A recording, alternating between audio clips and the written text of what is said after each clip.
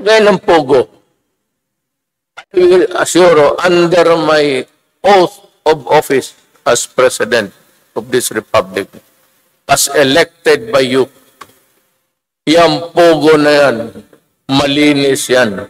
Malinis yan. Malinis yan.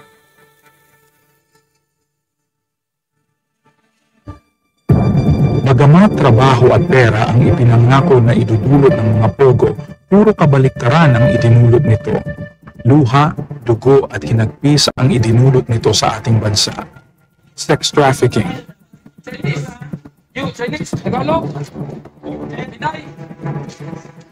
Kidnapping.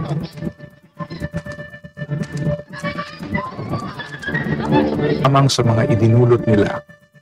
Bukod pa ito sa pinsalang idinulot nito sa reputasyon ng ating bansa sapagkat nabansagan tayo na nagkakanlong sa mga dayuhang scammers. Dahil sa mga ulat ng mga krimen na dulot ng mga Pogo, ay sunod-sunod na ang mga naging operasyon ng PAOCC, IACAT, Bureau of Immigration, PNP at NBI, maging ng mga taga-AMLAC at PAGCOR para masawata ang mga problemang dulot nila. Dala ng mga nasabing operasyon ay mas lalong na-expose sa madla ang mga kalokohan na nagtatago sa mga offshore gaming operations.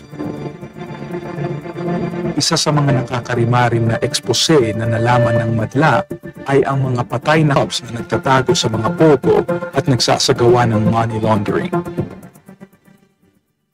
Nalaman din ng sambayanang Pilipino ang panluloko na ginawa ng ilang mga Tsino na ninakaw ang pagkakakilanlan ng mga inosenteng mamamayan para makabili ng ekta-ektaryang lupa, makapagmay-ari ng negosyo at makatakbo sa politika.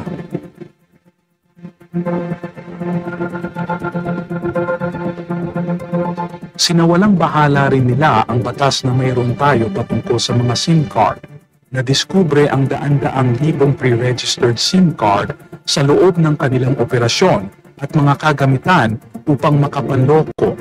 Hindi lang iyon, lumabas din na mayroong mga paglabag sa ating batas pangkalikasan at sa paglalagay nila ng mega water pump ay maaring humahantong sa pagbaba ng lupa at daloy ng bukal, pagpasok ng tubig alat at pagkasira ng kalidad ng tubig na kumukonsumo ng mataas na kuryente dahilan upang makapinsala sa kapaligiran.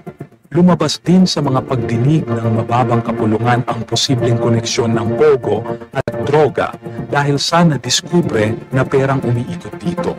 May mga nakikitang posibleng ugnayan din sa mga dating nakaupo sa gobyerno at sa mga nagpapatakbo ng mga scam farms. Sa dami ng mga naging biktima ng mga iligal na Pogos, mapadayuhan o Pilipino, tuluyan nang ipinagbawal ni Presidente Bongbong Marcos ang mga Pogo. Na sigaw ng taong bayan laban sa mga Pogo.